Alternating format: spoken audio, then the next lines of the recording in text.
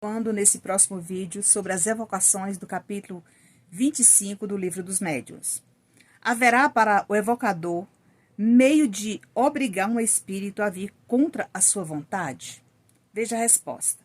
Nenhum, desde que o espírito lhe seja igual ou superior em moralidade. Digo, em moralidade e não em inteligência, porque não tende sobre ele nenhuma autoridade.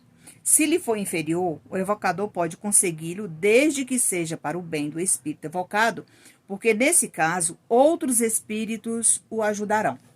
Então, qual é o momento de trazer esse espírito? Às vezes é um espírito que está perturbando a família, é um espírito que precisa de esclarecimento, e eu estou evocando esse espírito para ajudá-lo nesse esclarecimento, ajudar a aceitar um estudo, uma melhora, os esclarecimentos oportunos no mundo espiritual. Isso faz parte.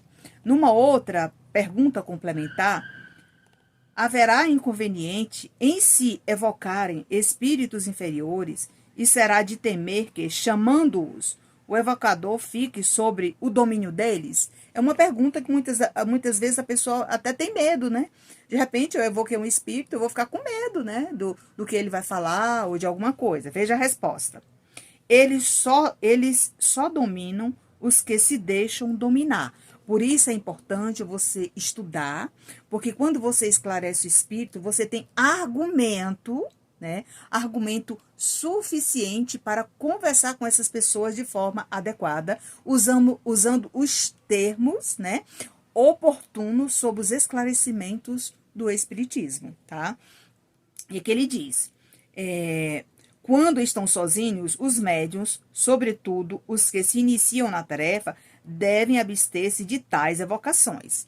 Então, ele fala, então você começou agora, começou lá no grupo, então não vamos começar fazendo essas evocações que talvez vocês ainda não tenham condições suficientes, né, de atender esse tipo de trabalho. Porque muitas vezes você pode evocar esse espírito e ele dominar aquele médium. É por isso que muita gente fala, fulano evocou um espírito e ele chegou lá na casa dele, derrubou tudo, fez tudo. Mas por quê? Porque ele não tinha conhecimento, ele não tinha condições de domar os seus impulsos mediúnicos, porque ele precisa desse esclarecimento. Enquanto ele não obtém esse esclarecimento, ele não tem condições de aprofundar nesses trabalhos práticos na casa espírita, né? Se você gostou desse vídeo, curte, comente, compartilhe. Tem os outros, e assista desde o primeiro vídeo falando sobre as evocações. Até o próximo vídeo.